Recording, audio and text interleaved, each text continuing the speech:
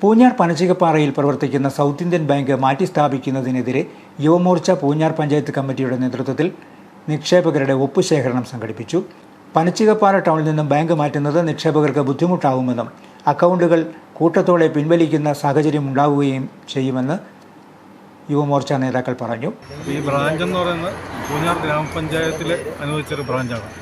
അപ്പോൾ service area എന്ന് പറയുന്നത് പൂഞ്ഞാർ പഞ്ചായത്താകുമ്പോൾ ഈ പഞ്ചായത്തിൻ്റെ ഹെഡ് ക്വാർട്ടറായ പനച്ചികപ്പാറ തന്നെയാണ്.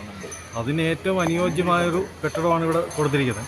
അപ്പോൾ തൊടുന്യായം പറഞ്ഞാണ് ബ്രാഞ്ച് ഈ പഞ്ചായത്തിൻ്റെ ഒരറ്റമായ മറ്റേക്കാട്ടേക്ക് മാറ്റാൻ ശ്രമിക്കുന്നത്.